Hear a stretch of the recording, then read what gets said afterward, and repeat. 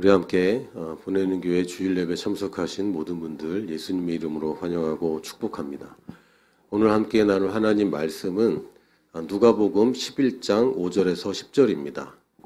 누가복음 11장 5절에서 10절입니다.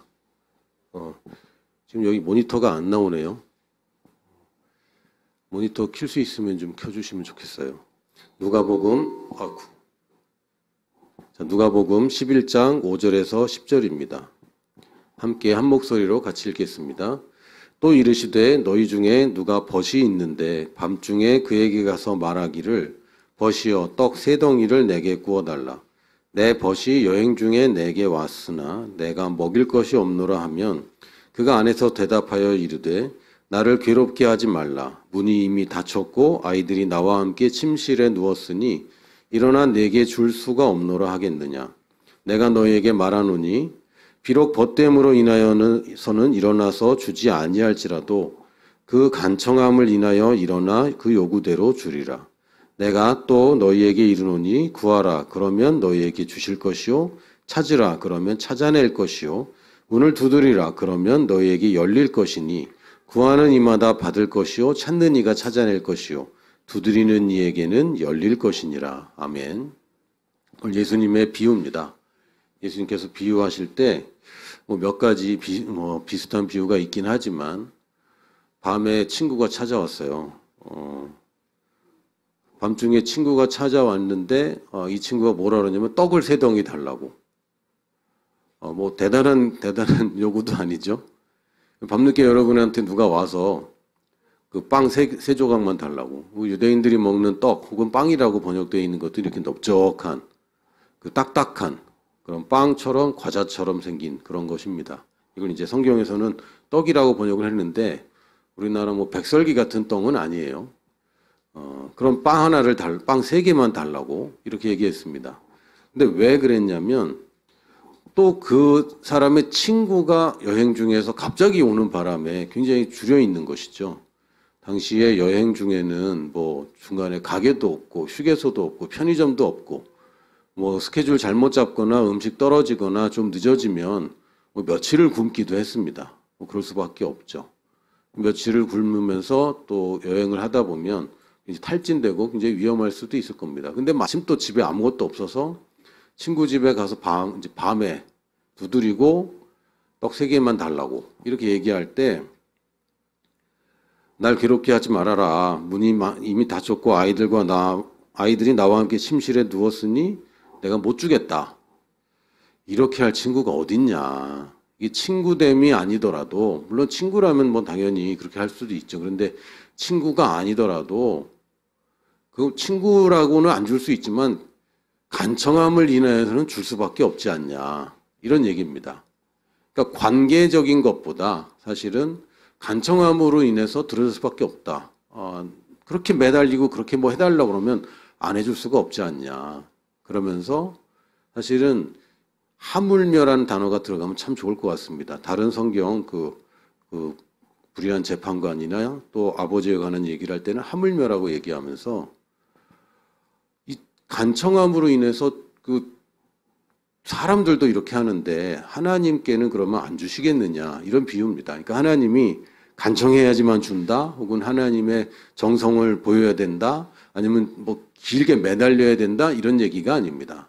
왜냐하면 우리가 하나님께 구하고 또 하나님의 응답을 구할 때에 마치 하나님이 안 계신 것 같은 느낌 또는 어떤 응답도 없는 것 같은 느낌 그런 시기가 존재합니다. 기도하고 하나님 주세요 뿅 하고 나타나면 좋겠는데 하나님 주세요 하고 또 여기까지 오는 데까지 배송하는 데도 시간이 걸려요. 아무리 쿠팡이라지만 아무리 쿠팡도 몇 시간 걸리지 않습니까? 한 8시간 정도는 소요됩니다.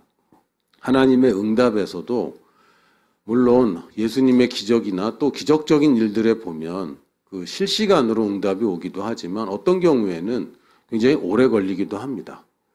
언제까지 내놔라라고 하는 것은 사실은 구하는 자의 태도는 아니죠. 선지자들도 기도하고 비가 올 때까지 계속 기도한 그런 일도 있고 또 그냥 순간적으로 돌이 아니 돌이래. 또 돌이 떡으로 변하면 안 되죠. 떡이 불어나기도 하고 순간적인 기적과 또 시간적으로 오래 걸리는 그런 기적이 있지만 모든 것이 다 하나님의 응답이고 가장 좋은 시기에 가장 적절한 때에 하나님의 응답이 있음을 믿습니다. 그러면서 뭐라고 말씀하셨냐면 간청하면 그 요구대로 주는 거 아니냐. 그러니까 구해라. 구하라. 그리하면 너희에게 주실 것이요. 찾으라. 그러면 찾아낼 것이요. 찾으면 찾아낸답니다. 문을 두드리라. 그러면 너희에게 열릴 것이니 구하는 이마다 받을 것이요. 찾는 이가 찾을 것이고 두드리는 이에게는 열릴 것이니라.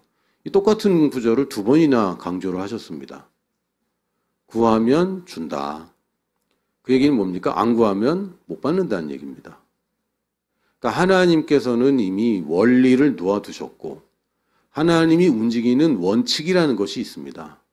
그 원칙과 상관없이 우리가 그냥 매달린다고 해도 하나님 주실 수 있습니다. 그러나 더 좋은 것이 뭡니까? 원리를 알아야 되는 것이죠. 우리가 인생에서 문제를 만납니다. 문제 없이 그냥 평안하게 아무 일 없이 산다면 그거는 사는 게 아니죠. 여러분이 무덤에 가면 거긴 별 문제 없습니다.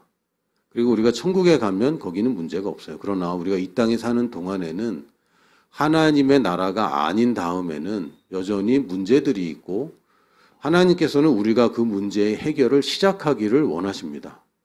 하나님이 나서서 모든 문제를 막아주고 해결하는 것이 아니라 우리에게 하나님의 원리를 알려주시고 또한 그 문제를 해결하는 시작을 우리가 하고 끈질기게 우리가 그것을 버티고 얻어내기를 원하세요.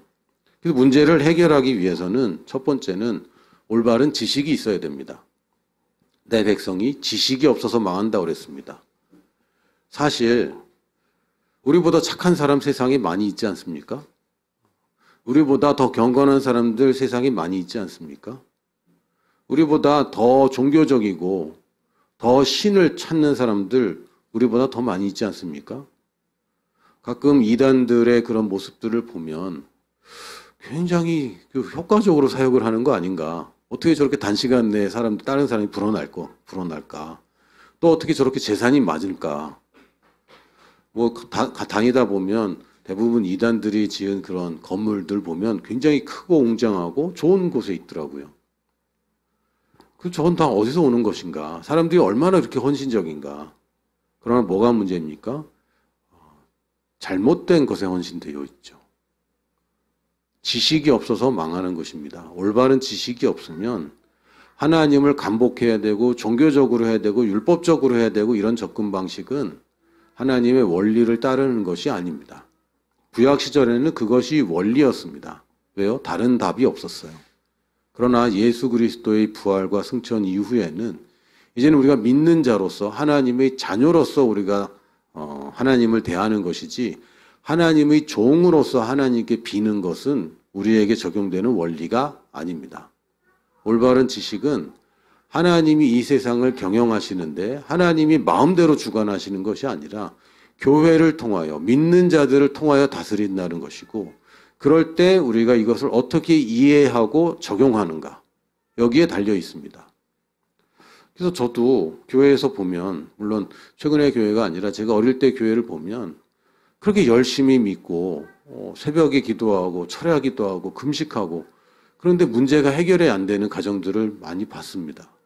이게 무슨 일입니까? 열심히 하고는 있는데 뭔가가 잘 안 돌아가고 있는 것이죠. 여러분들이 차를 멈출 때 엑셀을 아무리 열심히 밟아도요 차는 멈추지 않고 더 빨리 갑니다. 여러분이 빨리 가려고 할 때 브레이크를 아무리 열심히 밟아도 차는 멈추기만 합니다. 왜요? 작동되는 원리를 이해를 못한 것이고 적용을 잘못하고 있죠. 하나님은 어떤 분입니까? 하나님 좋은 분입니다.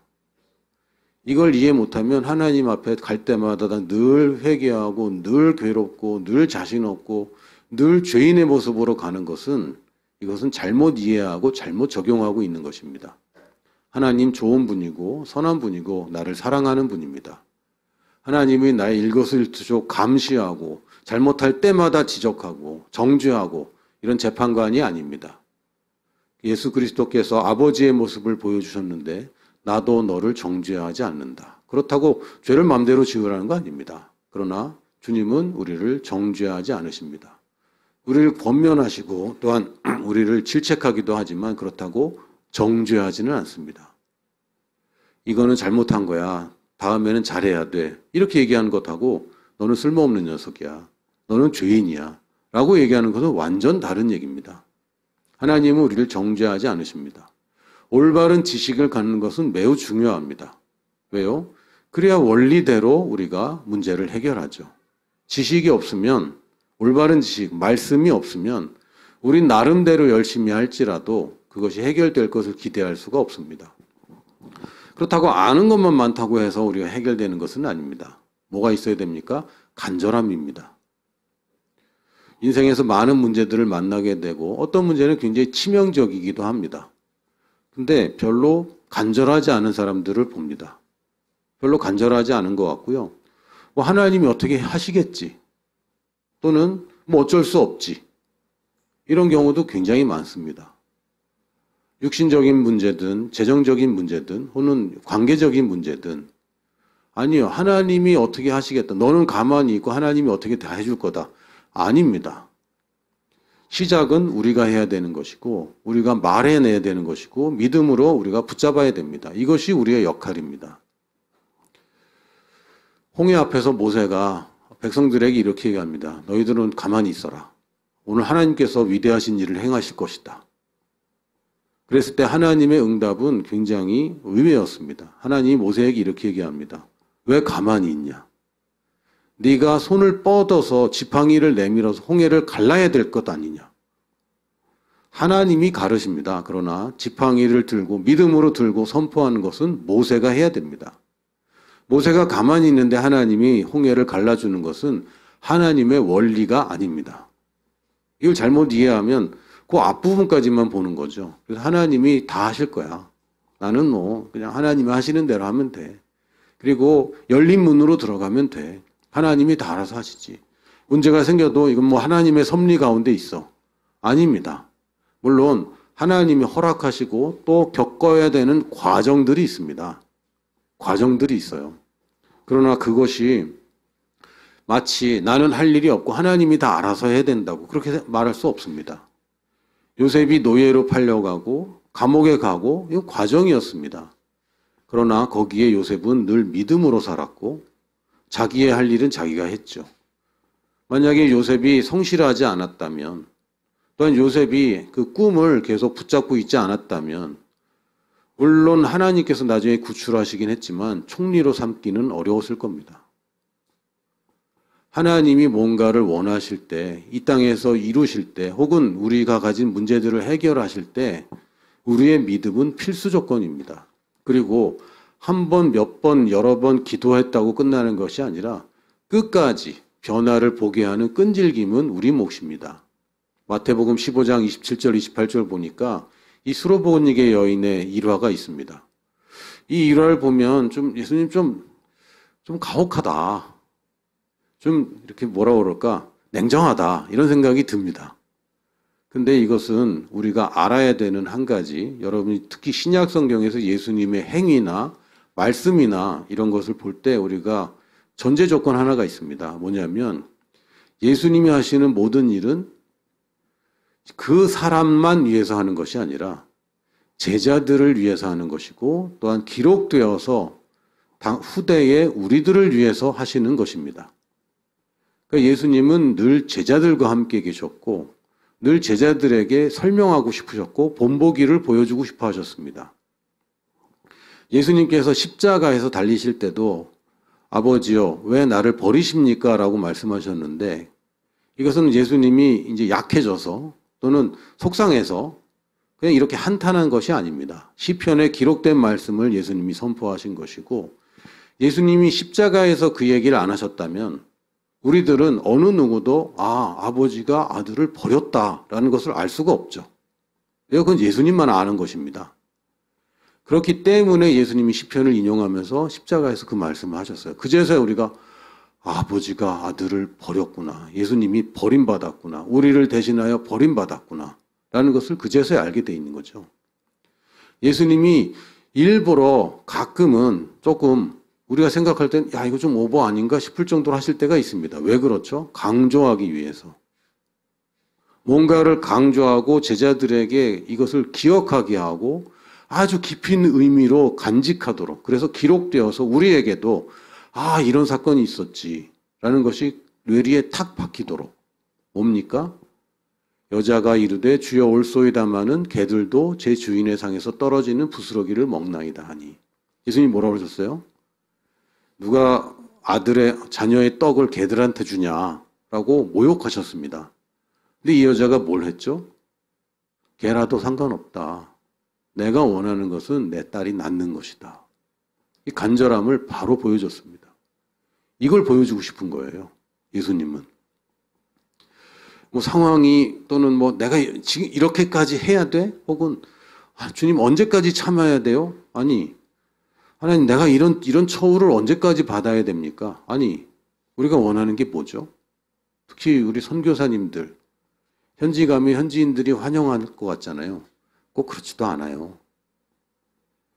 현지인들이 내가 내 인생을 포기하고 한국에서 뭐 난 잘 살 수 있었는데 여기까지 와서 고생하는 걸 알아줄 것 같잖아요. 전혀 그렇지 않습니다. 그럴 때에 우리가 뭘 원합니까? 우리는 뭐하러 거기 가서 뭐하러 그렇게 살고 있습니까?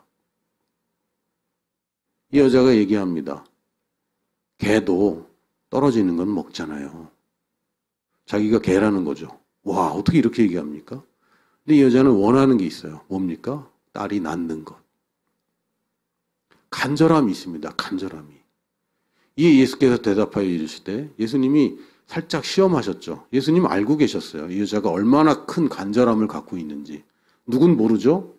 제자들은 모르죠. 또 우리들은 몰랐죠.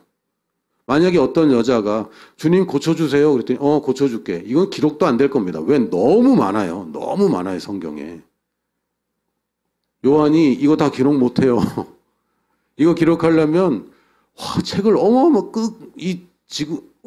기록할 수가 없어요. 그래서 그냥 몇 개만 기록한 거예요. 라고 성경이 써놨지 않습니까? 이 여자가 그냥 보통 사람이고 구하러 온 여자였다면 이런 모델이 본보기가 되지 못했을 겁니다. 그냥 거기서도 병고침을 받았다. 어떤 여자가 왔는데 예수님이 그래 고쳐줄게라고 해서 고침 받았다. 기록될 일도 없습니다. 그런데 주님이 보시니까 좋은 모범이 온 거예요. 간절함으로 그냥 가득 차 있는 이 여자가 온 겁니다. 어떤 상황에서도 물러나지 않고 모욕까지도 견딜 수 있는 이 간절함을 가진 여자가 온 거예요. 예수님이 보여주신 거죠.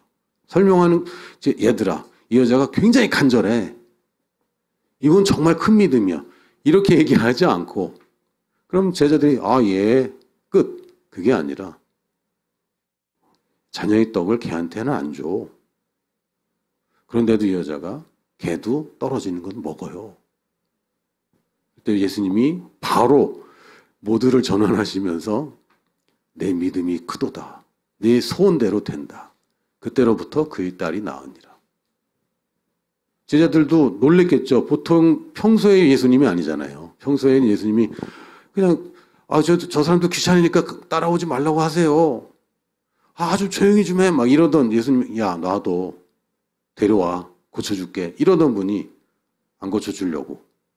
이런 모습 제자들이 당황했을 겁니다. 그런데 제자들이 보게 되는 거죠. 간절함이라 이런 거구나. 마치 때로는 하나님이 응답 안 하는 것 같고 하나님이 나를 외면하나? 이런 순간에도 이 여자의 간절함을 뭐라고 부릅니까? 큰 믿음이라고 부릅니다. 그러나 이 여자는 바른 지식을 가지고 있었죠. 이분이라면 내 딸을 낳게 한다. 이게 이 여자가 가졌던 바른 지식이고 간절함이 이 지식과 만났을 때 역사를 일으켰습니다. 올바른 지식으로서는 능력이 없습니다. 그래서 어떻게 되죠? 우리는 간절함으로 우리의 문제를 해결합니다. 결국은 얼마나 간절한지가 사실은 문제 해결의 열쇠예요. 많은 사람들이 하나님을 찾을 때 뭘로 만납니까? 자기가 가장 간절한 그것으로 하나님을 만납니다. 병이 있는 사람은 그 병으로 만나기도 하고 또는 자녀의 그 병으로 말미암아 만나기도 합니다. 저희 집안은 제 동생의 병으로 말미암아 주님을 만났습니다.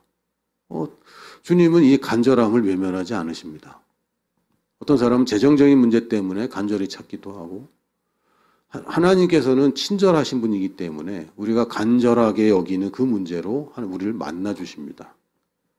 그런데 하나님의 방법을 모른 채 그냥 간절함만으로는 안 되죠. 올바른 지식이 필요합니다. 하나님의 방법은 뭡니까?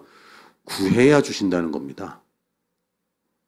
그냥 뭐 달라고 비는 게 아니라 믿음으로 구해야 주시는 것입니다. 예수님의 이름으로 구하면 주신다고 되어 있는데 안 구하면 주신다는 얘기가 없어요.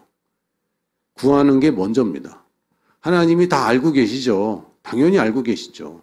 그러나 구하지 않으면 하나님이 주시지 않습니다. 알아요. 내게 필요한 것이 무엇인지 알고 계시고 내가 뭐가 약점인지 알고 계십니다. 그러나 내가 말할 때, 여러분 눈빛으로 구해본 적 있어요? 그거 불가능하죠. 물론 배고플 때 이렇게 뭐 할 수는 있어요.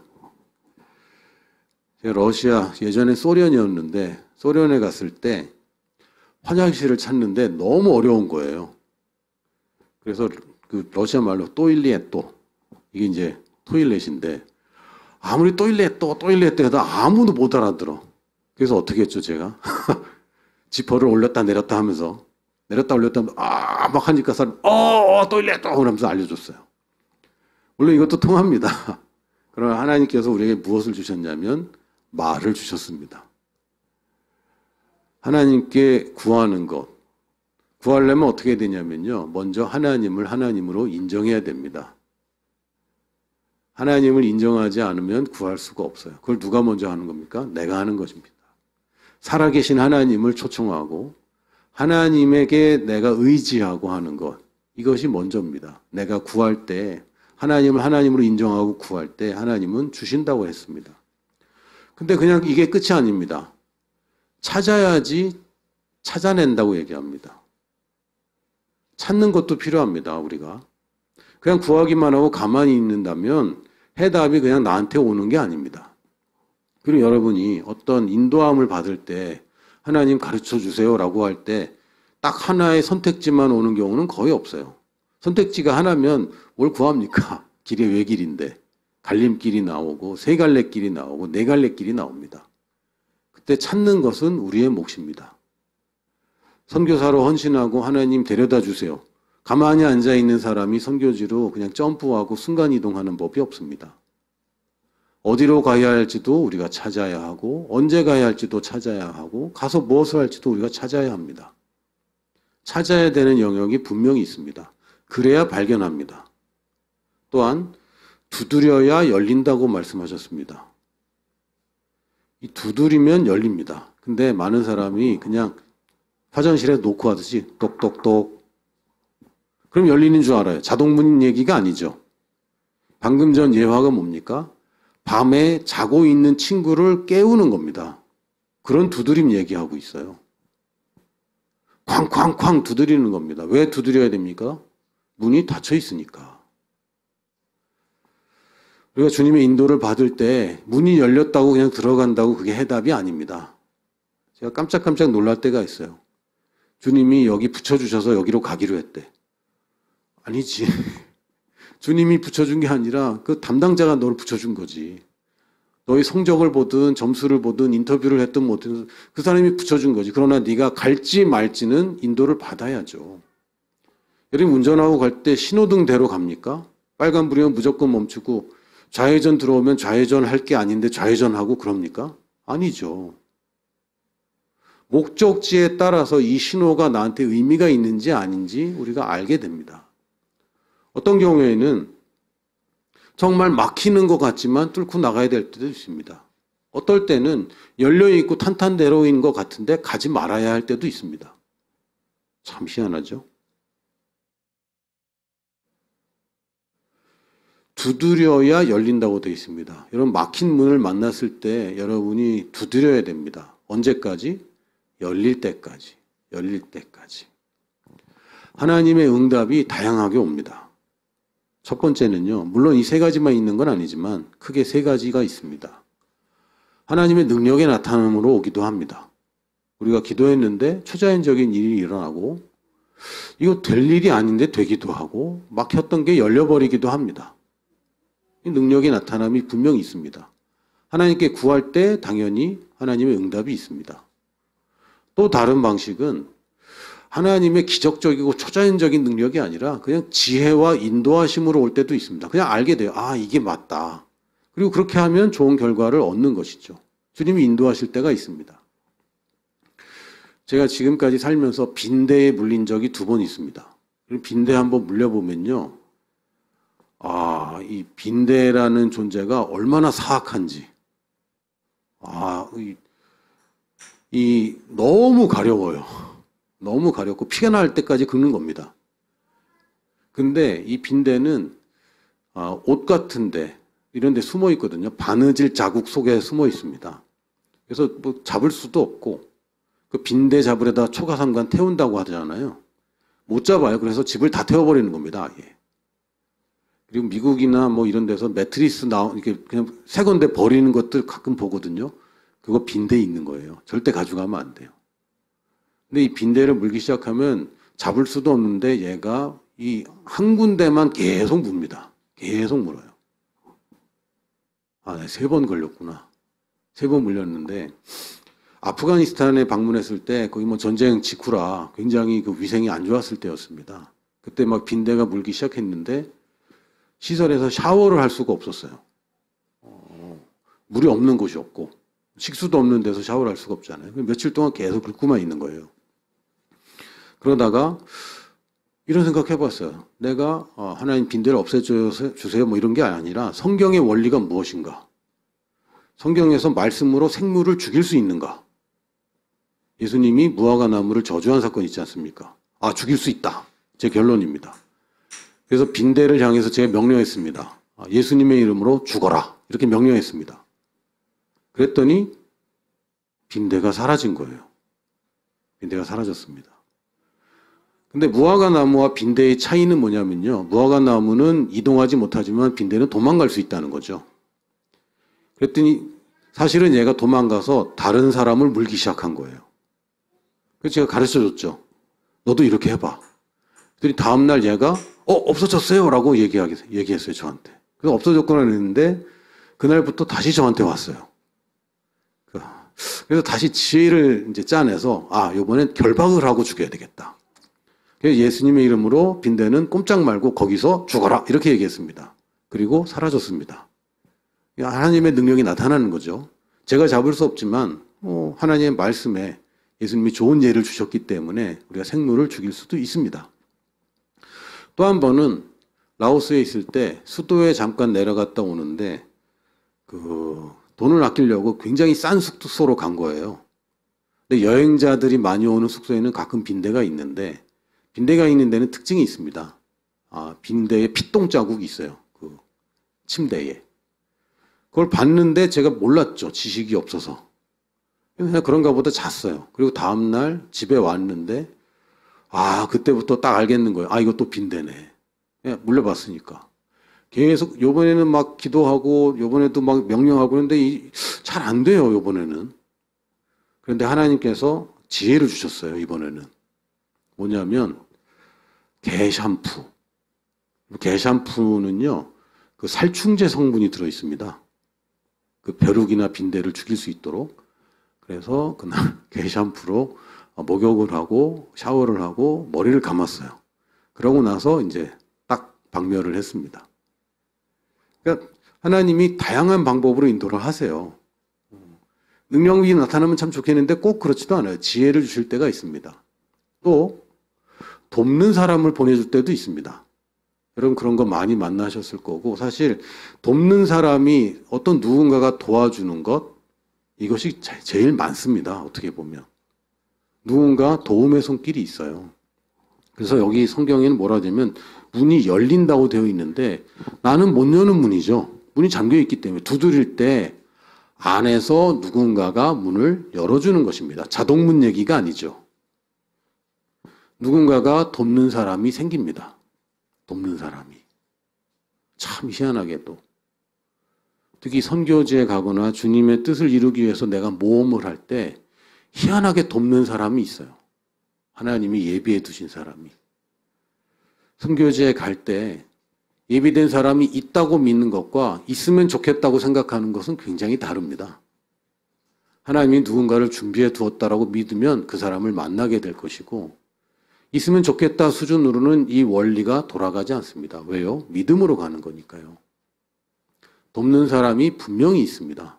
신기하게도. 하나님이 우리를 그냥 내버려 두지 않습니다. 내 힘으로는 열 수 없는 문들이 있을 때 돕는 사람들이 와서 열어줍니다. 저도 참 아무것도 모르면서 가서 아무것도 모른 채 시작하고 하여튼 희한하게 그때마다 돕는 사람들을 보내주셔서 참 도움을 많이 받았습니다. 기도할 때에 하나님이 능력으로 우리 곤란한 문제들을 해결하실 수도 있고, 때로는 인도해 주시고 아니면 지혜를 발휘해서 해결하기도 하고 돕는 사람을 만나기도 합니다. 이 복합적으로 또 작용합니다. 대부분 복합적으로. 하나님께서 지혜를 주셔서 누구를 찾아가게도 도와주시고, 이 찾아간 사람으로 말미암아 또 초자연적으로 역사가 일어나기도 하고 복합적으로 나타납니다. 지금 우리가 지금 골라야 되는 것은 무엇에 간절할 것인가는 우리가 선택해야 됩니다. 간절함이라는 것이 어떻게 하면 간절해질까? 여러분이 내가 늘 생각하고 내가 관심 있고 이것에서 간절함이 시작됩니다. 저는 그냥 먹고 살만해서 별로 간절함이 없어요. 이거 굉장히 안타깝죠. 이런 사람들 보고 있지 않습니까? 우리가 전도하고 복음을 전하는데 이 사람들이 관심이 없어요. 왜 간절함이 없어요? 어떤 사람들은 이걸 결핍이라고도 표현하더라고요. 또 성경에서는 이것은 갈급함이라고도 얘기를 합니다. 심령이 가난한 것이라고도 표현합니다. 근데 이 가난함이 없다면, 여러분 돈의 가난함만 얘기하는 것이 아니라 우리가 갈망이 없다면 우리가 발전할 수 없고 기도하러 우리가 앉아있지 않을 것입니다. 많은 사람들이 먹고 사는 일에 간절합니다. 건강에 문제가 있고 재정에 문제가 있고 이 두 가지는 사실 우리 인생에 굉장히 필수적인 두 가지죠. 건강이 없거나 돈이 없거나 아무것도 할 수가 없습니다. 또는 이 두 가지가 한꺼번에 같이 다니기도 합니다. 먹고 사는 일에 간절함 굉장히 중요한 것입니다. 우리가 만나는 사람이 먹고 사는 일에 간절할 때 복음에 눈이 열리죠. 하나님을 의지하게 됩니다. 또 어떤 사람들은 먹고 사는 일은 웬만하고 잘 먹고 잘 사는 일에 또 이제 그냥 먹고 사는 게 아니라 잘 사는 일에 간절한 사람들이 있습니다. 이거는 만족과 평안을 추구하는 거예요. 그럴 수 있습니다. 이거 굉장히 중요합니다. 그러나 우리가 정말 간절해야 되는 것은 살리는 일입니다. 왜요? 살리는 일에 집중하면 잘 사는 일이나 먹고 사는 게 다 따라오기 때문에. 우리가 다른 것에 간절하고 물론 하나님이 그거 다 응답하십니다. 여러분의 육체의 필요나 재정의 필요를 하나님이 외면한다는 얘기가 아닙니다. 그거 당연히 기도하십시오. 당연히 구하고 찾고 두드리십시오. 당연히 그렇게 하는 것입니다. 그러나 우리의 우선순위는 바로 해야죠. 우리는 어디에 간절합니까? 살리는 일에 간절합니다. 단순히 영혼 구원이 아닙니다. 제자입니다. 영혼을 구원하면 이 사람들은 먹고 사는 일, 살아나는 일, 거기에는 해당이 될 거예요. 그러나 나와 같이 살리는 일을 하는 사람으로 만들어줘야 됩니다. 그게 뭡니까? 그걸 제자라고 부릅니다. 내가 살리는 일에 집중해서 누군가를 살렸을 때 이 사람 또한 살리는 사람이 되도록 하는 것, 이거를 제자라고 부릅니다. 그리고 땅끝까지 가서 제자를 삼는 것, 이것을 우리가 선교라고 부릅니다. 왜요? 하나님 나라를 위한 것입니다. 하나님의 나라는 내가 지금 있는 곳에서 제자를 삼고 내가 가는 그곳에서 제자를 삼을 때에 비로소 하나님 나라가 임하게 됩니다. 이것이 우리가 간절하고 우리의 갈망이 여기 초점이 맞춰지면 여러분이 더 이상 만족과 평안을 위해서 갈망이 있을 필요가 없습니다. 왜요? 이거 따라오기 때문에. 먹고 사는 일, 건강과 재정 때문에 갈망할 일이 없어집니다. 왜? 이것은 따라오는 것이기 때문에. 지금 뭐 취업이 안 된다, 뭐 여러 가지 얘기하는데 사람들은 왜 자꾸 취업하려고 하죠? 취업을 해야 돈이 생기니까. 그렇죠? 취업을 해야 내가 더 승진하고 내가 더 일을 많이 하고 더 높은 차원에서 일을 하고 그럼 더 많은 돈이 생기니까. 우선적인 게 있습니다. 지금 뭐 이렇게 뭐 가난한 사람들에게 돈을 나눠주는 것 이거는 그냥 임시 방편일 뿐이고 선거철에 그냥 포퓰리즘일 뿐입니다. 청년들에게 돈을 나눠주는 것 그런다고 해결되는 게 아니죠. 뭘 줘야 됩니까? 직장을 줘야죠.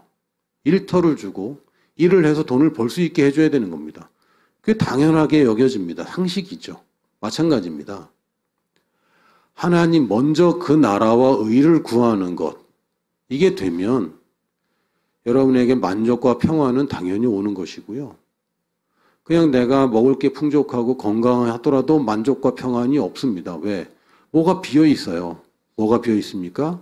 우리가 살리는 일에 비어 있는 것이죠. 거기에 대한 갈급함을 우리는 느낄 수밖에 없습니다. 자녀가 없는 집에 혹시 가보셨습니까? 당연히 엄마 아빠가 돼야 되는데 그냥 아내와 남편으로 사는 집들 제가 가보면 뭔가가 굉장히 허전해요. 뭔가가. 그런 집은 대부분 개를 키우고 또 뭐 다른 동물을 키우기도 합니다. 뭐가 결핍되어 있는 거죠. 온전하지 않습니다. 그래서 뭐 나름 만족하고 살지만 물론 자녀가 태어나면 만족만 있는 건 아니에요. 거기에서 야기되는 수많은 문제들이 있습니다. 그러나 빈 곳은 채워지죠. 이 결핍은 채워집니다. 우리의 영적인 결핍이 언제 채워지냐면요. 여러분이 제자 삼을 때 채워집니다. 제자 삼지 않으면서 뭔가 하나님의 대단한 은사를 구하고 기도 응답만 구하고 내 문제를 해결하는 것에 초점을 맞추다 보면 여러분이 언젠가는 또 결핍에 맞닥뜨릴 수밖에 없어요. 자녀가 없거든요. 우리의 초점은 제자 삼는 것입니다. 여기에 여러분 갈망을 가지십시오. 내가 제자가 없다 지금. 내가 지금 누군가를 섬기고 제자 삼고 있지 않다. 여기에 대해서는 큰 갈망을 가져야 됩니다. 우리가 간절해야 될 것은 먹고 사는 거 아닙니다. 웰빙도 아닙니다. 제자입니다. 우리가 제일 먼저 구하고 찾고 두드려야 되는 것이 누구입니까? 제자입니다. 이것이 우리의 갈망이 되어야 됩니다. 그러면 다른 궁핍함이 다 채워집니다. 할렐루야. 여러분 두드리십시오. 여러분이 제자 삼을 사람들 여러분을 먼저 찾아오기 전에 만나십시오. 찾아가서 만나십시오. 이 사람이 나를 단지 아는 사람이고 나를 거절하지 못하기 때문이 아니라 간청함 때문에 나를 만날 수밖에 없습니다. 여러분이 무례하게 또는 억지로 강요하고 이런 게 아니라 여러분 끈질기게 사람을 만나십시오. 끈질기게. 그냥 한두 번 해보고 아우 저 사람은 아니야 이러지 마시고 끈질기게 하십시오. 물론 지혜도 필요합니다. 안 되는 사람 붙잡고 여러분 평생을 낭비할 수는 없어요. 그러나 지금 여러분이 섬길 사람이 있다면 여러분 주변에 누군가 하나님이 보내주신 사람이 있다면 그 사람을 먼저 섬기기 시작하고 또 더 많은 사람들, 더 새로운 사람들을 만나는 것을 계속 두드리십시오. 골방에서 구하기만 한다고 되는 것이 아닙니다. 나가서 찾아야 되고 나가서 만나는 사람은 두드리는 것입니다. 이건 사람에 관한 것이고 제자에 관한 것입니다. 우리의 갈망은 제자입니다. 할렐루야.